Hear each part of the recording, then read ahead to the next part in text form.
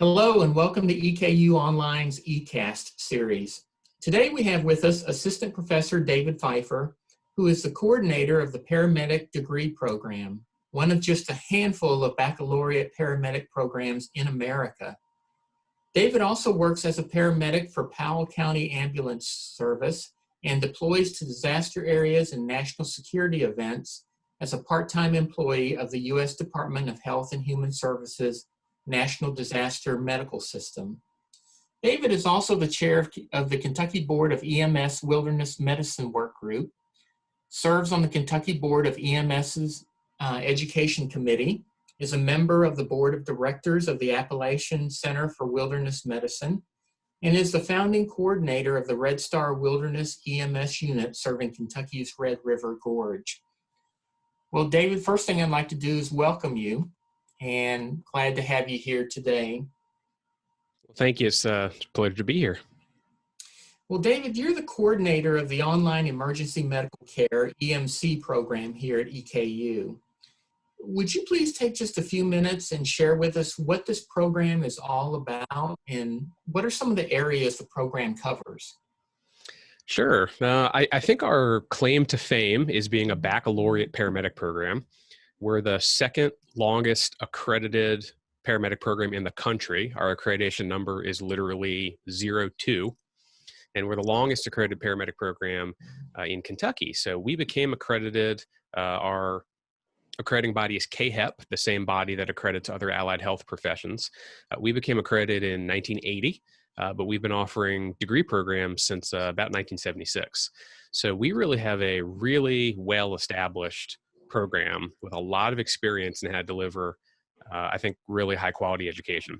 So at this point in America, there are quite a few associate degree programs. And in just about every state, you'll find associate's degree programs for paramedics at the community college level. There are relatively few baccalaureate programs, and there are relatively fewer of those that include paramedic training within them. So there are programs that have offerings in something like an emergency health science degree, but it's really designed for people who may already be paramedics or already be EMTs. Our program combines the clinical education necessary to be a paramedic and to become licensed in whichever state you may choose to go to, as well as degree tracks in several different areas kind of wrapped around that. So currently we offer a track in EMS administration, which I think is pretty self-explanatory. We offer a track called clinical and fire science, which is really designed for the kind of student who envisions going to work as a firefighter paramedic or an operational paramedic in an ambulance. And then our third track is called the basically the paramedic science degree. So it's a little bit difficult sometimes to tease that one out of some of our other offerings if you're doing a Google search, and we should probably rename it. But it's called paramedic science, kind of within the paramedic science program. And that's really designed to also fulfill the requirements of PA schools, physician assistant schools, or medical school. So that track has a lot of what we refer to in academia as the hard sciences, not necessarily because they're difficult to pass, but because they're in contrast to the social sciences. So a lot of chemistry, physics, botany, biology, all sorts of different science classes that are designed to make the person not only well-rounded and have a strong grounding in all the different scientific fields, but be a very competitive applicant for med school or PA school, should they choose to go on to those things. So those are the three tracks we have right now. We're working on maybe developing a couple of other tracks as our program continues to grow. Oh, very good. Well, let me ask you this. Why should someone who is already a paramedic or other first responder pursue a bachelor's in emergency medical care? So we get that question all the time. And to answer that question, I think that we first have to acknowledge that degrees are not required to become a paramedic in all but 2 states. So currently Kansas and Oregon require associate's degrees to become a paramedic. The rest of the country does not. And there are many excellent certificate-only paramedic programs out there. Paramedic programs taught by fire departments within their academies, paramedic programs that are commercial and operate out of shopping centers and office parks and things of that nature. Those programs, many of them are terrific. I'm actually a product of one of those programs. I did not get my undergraduate degree in EMS or emergency medical care. I got in political science. And it was only after I got my bachelor's degree that I decided I wanted to be a paramedic. And I went through a fantastic certificate program from a commercial training company. So a lot of times when people ask us why they should attend our program, they're bringing some baggage into that question, and they are kind of saying, well, paramedics don't need degrees, so what's really the point? The best reason to go to college to study anything is to become a well-rounded and well-educated person who is equipped for success in a lot of different areas. Whether you want to study political science or emergency medical care or theater, that is fundamentally the reason to go to college. It's helpful if what you study is also going to translate into something that is in demand, is going to lead to gainful employment, so on and so forth. Those are just good ideas if you're thinking about making an investment in a college degree. So the first thing I would say in answering the question is you should get a bachelor's degree as a paramedic so that you can be a very well-educated, very well-rounded paramedic who has the key to open lots of doors. You don't need a degree to be a paramedic. You do need a degree for lots of specific jobs within the field of EMS. So opportunities like becoming a service director, a training officer, a regulator, teaching at a university, many federal jobs either require or strongly prefer that the applicant has a bachelor's degree. So that is the first answer to the question. Why you should get the degree from us is that I think we offer a really outstanding program. We take students into great depth on every aspect of what paramedics need to know. In a certificate course, and again, I would just point out, I am a graduate of a certificate course, and I think I received a great education, but math is math. And my certificate course was only a few months long. There's only so much depth you can go into in something like cardiology when you're taking a course that's a few months long. Our program is 4 years long. We go into much greater depth on the cardiology, the operations, the medications, how to assess patients, how to deal with challenging situations. We have entire semester-long courses on almost every aspect of EMS. So it's a very, very in-depth program, and we offer both an on-campus and an online version of that. On the online side, we're able to draw from subject matter experts from all over the industry and all over the country. We have professors who teach courses in EMS system design and management who are the directors of some of the largest EMS enterprises in the country. So they know what they're talking about, and they bring that real-world experience to our online classrooms. So that's why. Now, we also offer an associate's degree. I should point that out. And for people who are currently licensed paramedics, they can complete that associate's degree online as well. But again, our flagship is really the bachelor's programs. Do you ever anticipate a master's in something like this? I would love to offer a master's. It's challenging to build a master's program in the current environment. I think maybe once we get past some of the fallout from COVID and the way that that has affected higher education, we can maybe come back to that plan. Okay. I should point out that our school that we're housed in, the School of Safety, Security, and Emergency Management, offers a master's degree in that field. You can get a Master of Science in what we call SSEM, Safety, Security, and Emergency Management. You can get that 100% online. And you can specialize in basically emergency services through that degree. So there's an emergency services track.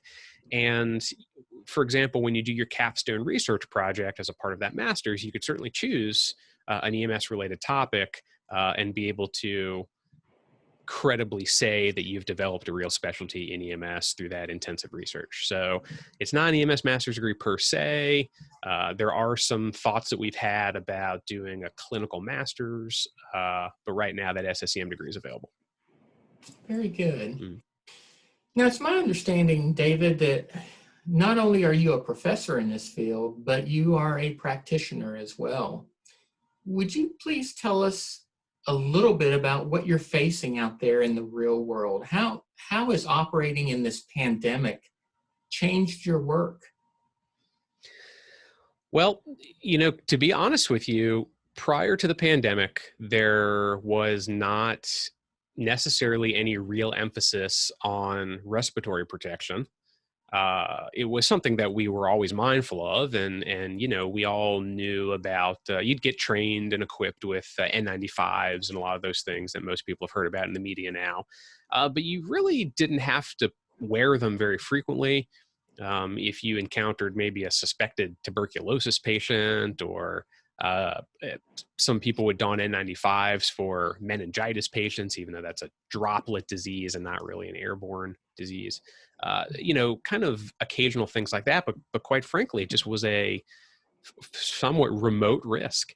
And it certainly was not an ever-present kind of a concern like it is now.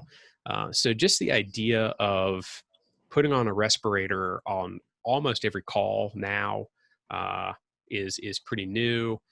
The gowns and the other pieces of the kind of COVID ensemble that you see on the news, you might have to put on a gown if you were delivering a baby, or again, something relatively uncommon like that.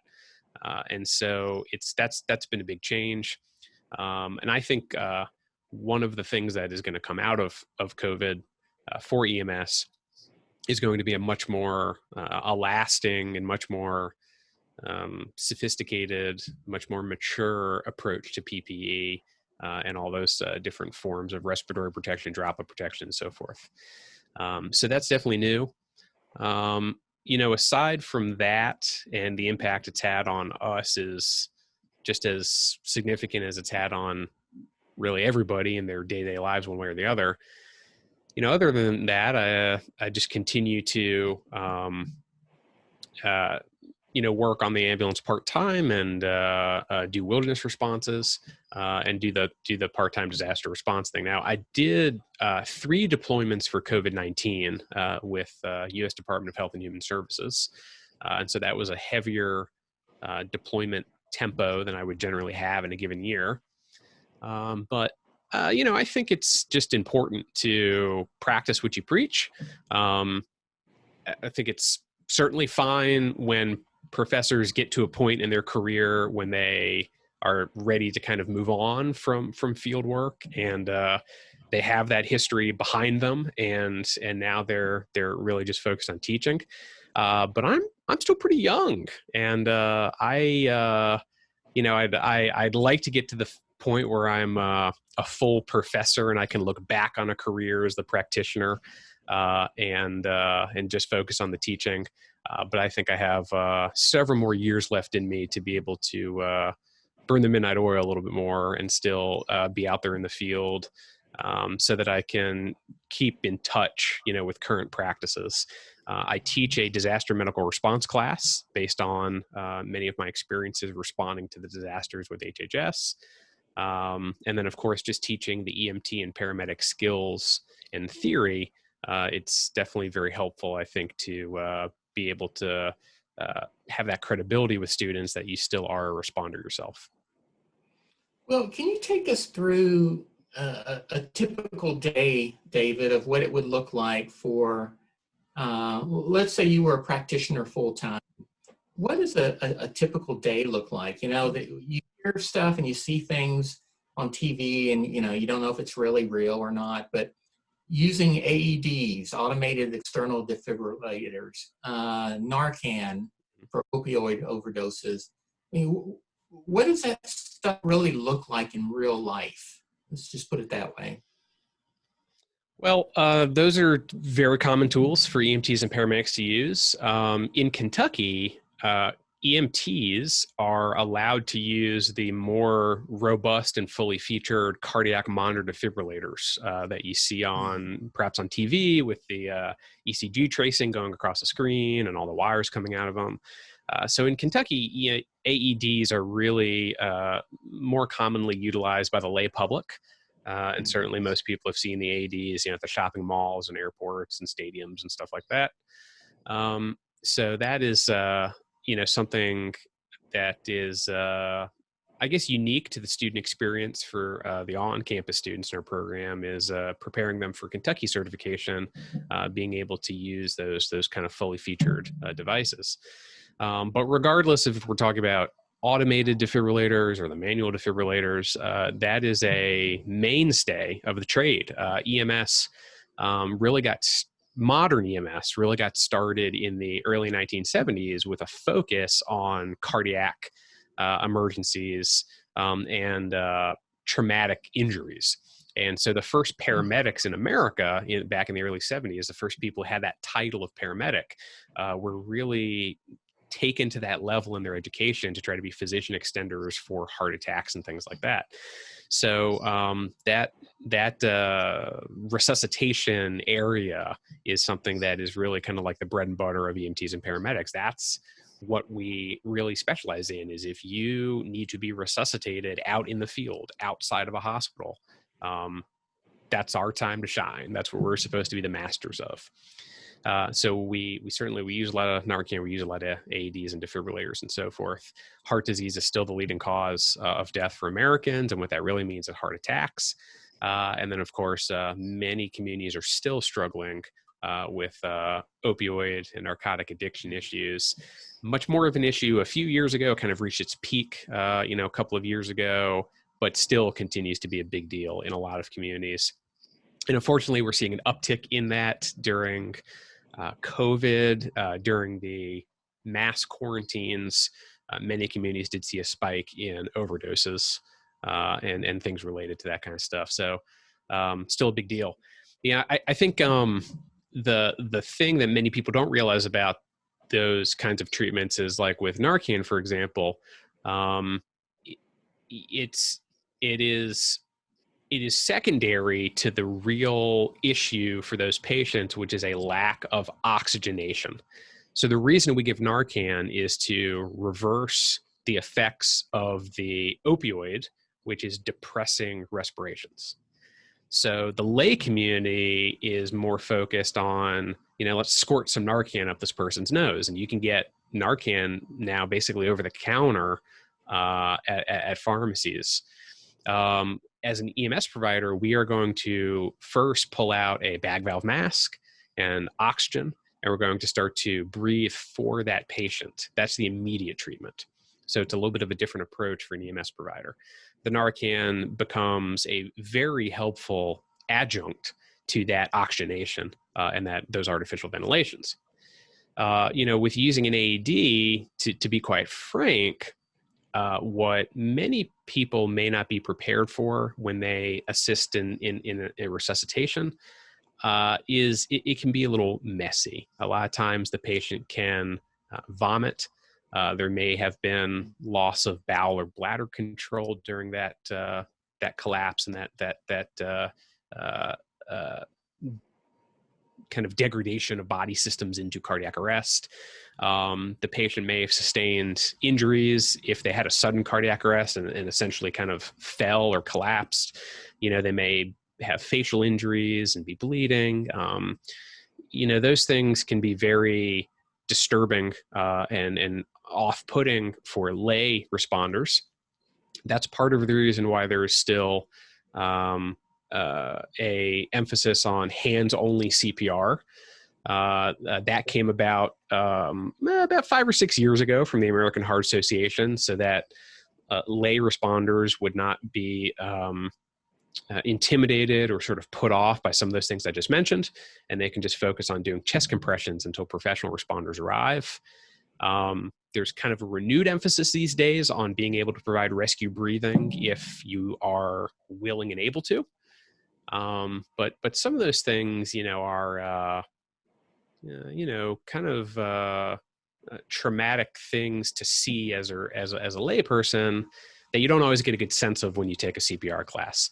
As professional responders, we're prepared to deal with those things, and we have a whole nother range of equipment to bring into the mix to deal with things like people who have vomited and things of that nature. You know, David, I can see where this kind of work could be really emotionally taxing. You're dealing with life crises, you're dealing with sometimes death, you're dealing with young people and opioid overdoses.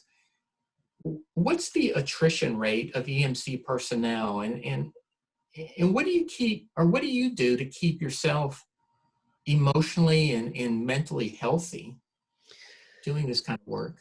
So yeah, I'd really have to look up specific attrition numbers to be able to give a credible answer on those numbers. I don't keep those particular statistics handy, but they certainly are out there, tracked by some of our industry groups. Suffice it to say, there is relatively high turnover in EMS. And, in the emergency services community generally, there's a much greater recognition now of things like post-traumatic stress disorder and burnout and some of the emotional trauma, just like the stigma of those things has really been reduced in society across the board over the past, 10, 20 years or so. In our industry, fortunately as well, that stigma has also decreased. And along with that comes greater recognition and greater willingness to talk about it. I think that when I first started out in EMS in about 2000, 2001, when I went through my initial EMT training, the culture in EMS was still very much just kind of, grin and bear it and, harden up and, we're the people who are supposed to deal with this stuff. Don't let it get to you. And of course, that's just not a healthy or realistic way to really think about these things. So, as we start to talk about these issues more, and as we start to kind of take ownership of them, and we make it more acceptable for people to receive mental health counseling and so forth, I hope that attrition rate will go down. In our program, we place a high emphasis on trying to prepare students for those things. We talk a lot about affective domain and emotional intelligence and emotional equilibrium in our courses. We talk a lot about mental health.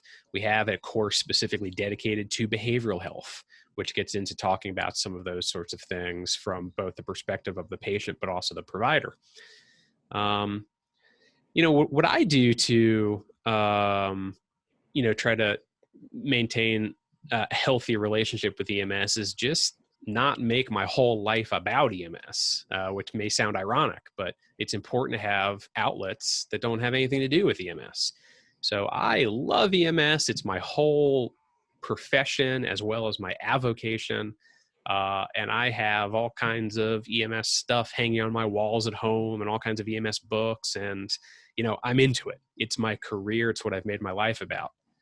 That being said, I still have hobbies that don't have anything to do with EMS. I try to, maintain a social circle of people who aren't just firefighters and EMTs and cops.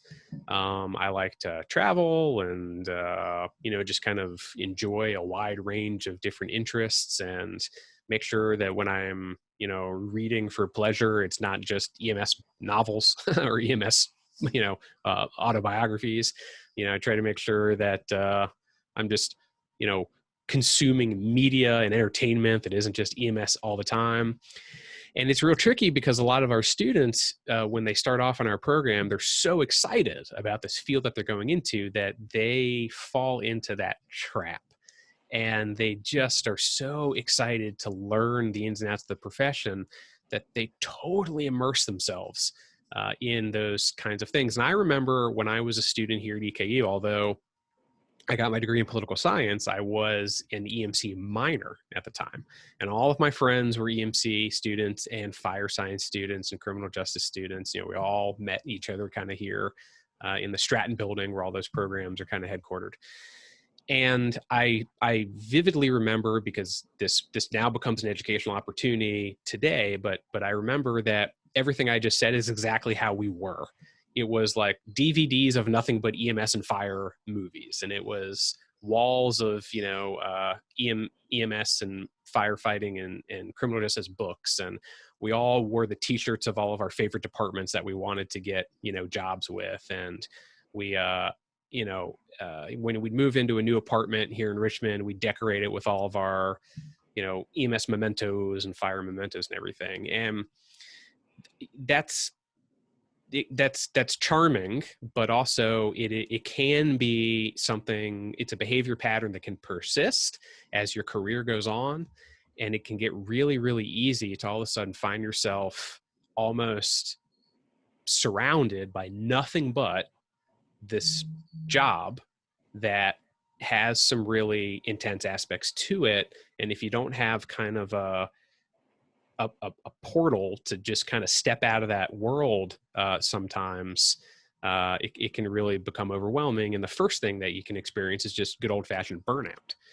And in our profession, there aren't always great opportunities to do something else if you need a break from burnout.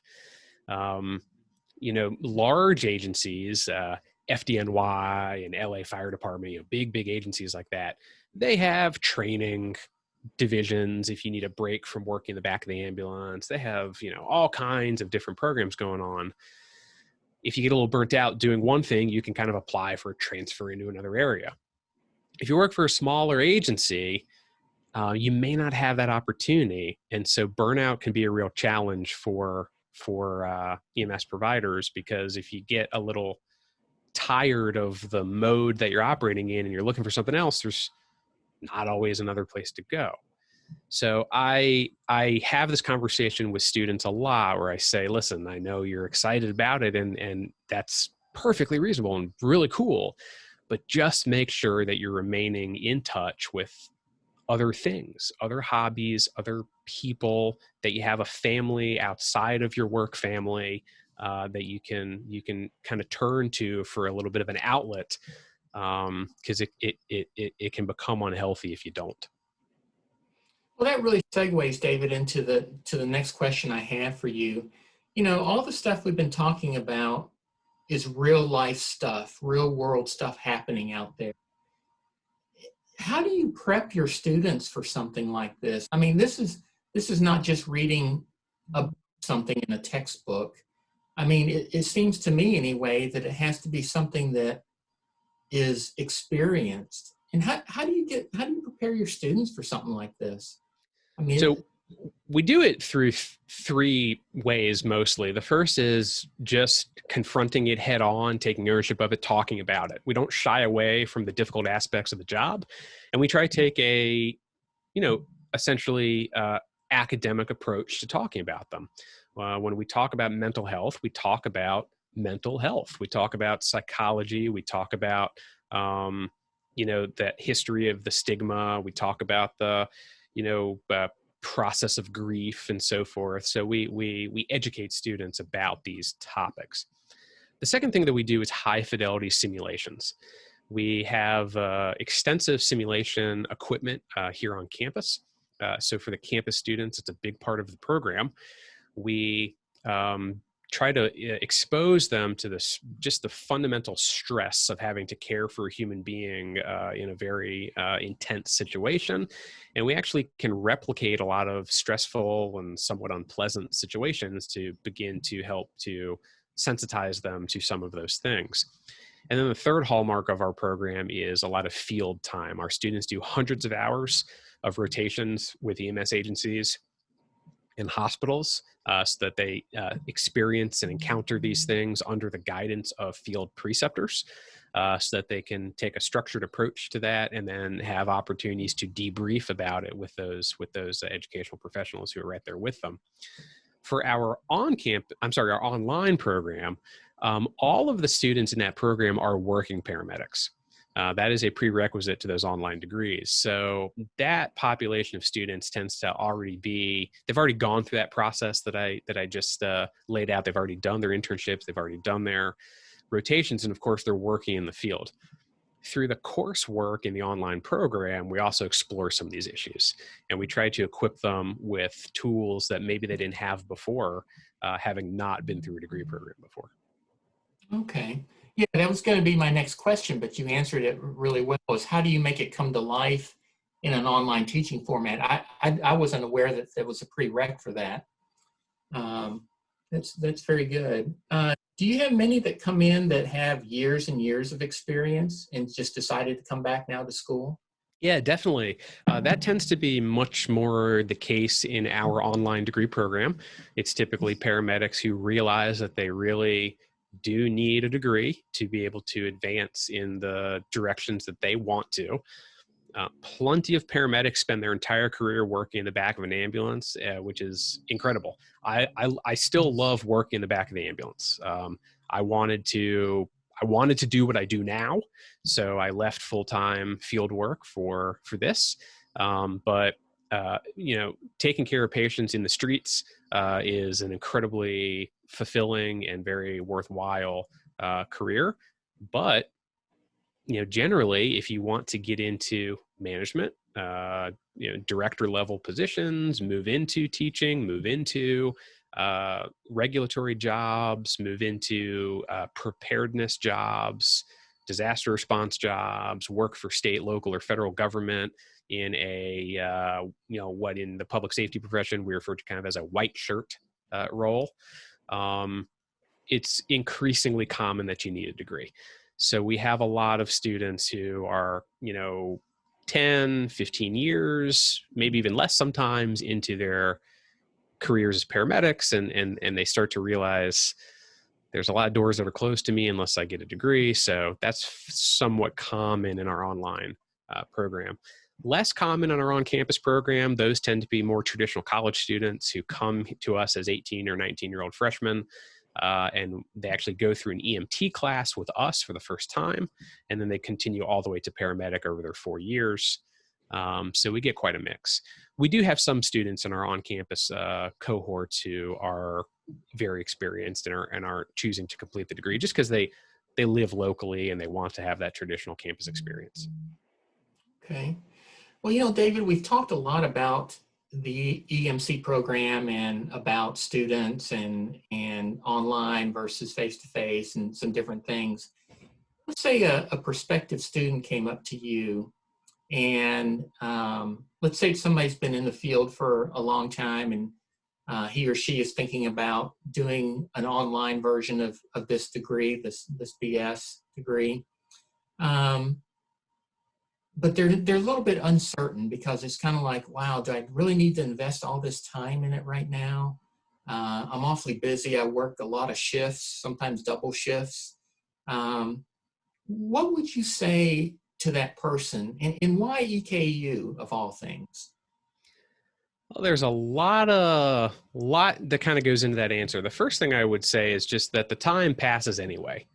And, I think I'm a good example of that. I spent most of my career so far in my life as a working paramedic or EMT and an operationally oriented kind of guy.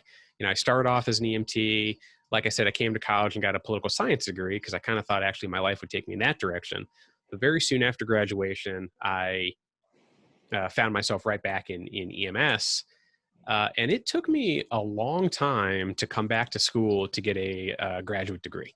There was about close to 10 years between when I completed my bachelor's degree and when I completed my graduate education. And I was saying the same thing to myself. I'm having a great time. I like my career. I like being in the field. I don't want to move on to, sitting behind a desk. And I wasn't even that strong of a student when I was an undergrad. I was making all the same kind of rationalizations that a lot of people make. And then, sure enough, I found myself not being able to pursue opportunities that I wanted because degrees are valued for kind of higher level roles. And we hear a lot from people in EMS, well, all a degree is a piece of paper. Well, quite frankly, if you get it from a school that is not very rigorous, then that's probably true. And there are institutions out there that, are referred to as diploma mills. And I don't think that's a secret in society that those things exist. EKU is not a diploma mill. It is real work with real assignments and real transfer of actual important knowledge. And you have to put in the work, but you will get valuable education about things you can actually use. We don't spend a whole lot of time on fluff in, I think, any of our programs here at Eastern, but especially not in the EMC program. Now that's a segue into, okay, what do my gen eds have to do with being an EMS provider? I'm not going to try to tell anybody that English literature is directly applicable to EMS. What I will tell them is that English literature is very helpful in being an educated person. You know, when you read Shakespeare and you reflect on what he actually meant by those stories and the human relationships that are involved in, Othello, it makes you more reflective and more introspective and better educated. And that helps you succeed in whatever workplace you're going to be in, but especially in workplaces like EMS, where there are lots of complex relationships between people. So quite frankly, just the nature of being an educated person means that you know about a lot of things. You're not necessarily an expert in those things, but you know about them. You're familiar with them. You're well-rounded. That is why degrees are valued in general, but also why they're increasingly valued in EMS. And that is to say nothing of the actual skills that you pick up, whether it is how to communicate clearly, how to write, how to research, how to put together a proposal, how to use Excel. We have students who come through a class that I teach called EMC 300, which is a course that focuses on EMS operations. And typically what I do is a final project where they have to put together a slide presentation on a topic of their choosing that is germane to the course, and do a structured presentation that their peers grade them on. Every single semester I get feedback from a large number of students that says, this is really the first time I actually ever had to learn how to put together a PowerPoint presentation. EMS is pretty big on PowerPoints, as is, corporate America and higher education itself and so forth. The ability to put together a slide deck is very fundamental and very important. So that seems like a trivial thing. It's not perhaps as important as learning how to care for a patient, with a wide variety of different illnesses, but it's a good example of how you do actually learn real skills when you come through a program like ours that transfer directly to the workplace. So we offer a very practical education, as well as one that has, a good dose of theory. And so the time is going to pass anyway. You're going to get to the point where you kind of wish you had a degree, one way or the other. So the longer you wait, the harder it gets. And that was something that people told me, and I didn't have a good perspective on it because I was young and I never envisioned, having a house to keep up with and maybe raising a family and trying to navigate a career. I was young and, living life, and I was out there, and everything was fun and cool. And sure enough, when I finally decided to go back to school about 10 years later, it was a little difficult, to juggle the responsibilities. That is true. So, I would just say to students who are interested in going into EMS, just go for the degree. Just go ahead and do it. You want to be a paramedic. We know that degrees are valuable. You're probably going to want one in the future. Do it early. For the people who are maybe thinking about returning to school after already launching their career, yes, it will be challenging. Yes, you will have to balance priorities. If you're raising a family or, all the other stuff that comes along with adulthood, then yeah, it'll be a little bit of a challenge. But that's why we offer an online degree program for those people who are already certified, they're already working. I think that our professors in our online program, being working paramedics themselves, are pretty understanding about those commitments. I think they're pretty understanding about being flexible with the deadlines and the work. Generally, the courses are more or less self-paced. So it depends a little bit on the course and on the instructor, but in general, you have the opportunity to figure out the equilibrium of your workload, whether that means that assignments are due, every Sunday by midnight, or whether or not you have to log in a couple of times a week to check in with the professor. We do have other courses that really are more front loaded, and the student can kind of work their way through a little bit on their own pace. So we have a lot of different ways of helping students complete a degree in the midst of a busy life. Mhm. Well, very good, David. This has been an enlightening discussion this afternoon. There's so much more that we could be talking about, but due to time, we'll have to cut it short here. But I just want to thank you so much, not only for your teaching and being a professor here at EKU, but for your frontline work. I don't know. I think most people these days really appreciate our frontline workers. And I just want to say personally, I want to thank you for your job and for the things that you do to help save lives and to make this a better place to live in. And I just really appreciate it sincerely. And I appreciate your time today and sharing a lot about the program, about the discipline, about your student body. And just thank you so much for your time. Well, thanks very much. I enjoy the work that I do, and it's really a privilege, I think, to be able to serve communities, and it's a privilege to teach at Eastern and try to equip the next generation of EMS providers with the same kind of education that I've received, over the years here at EKU. So it was really my pleasure to talk to you today.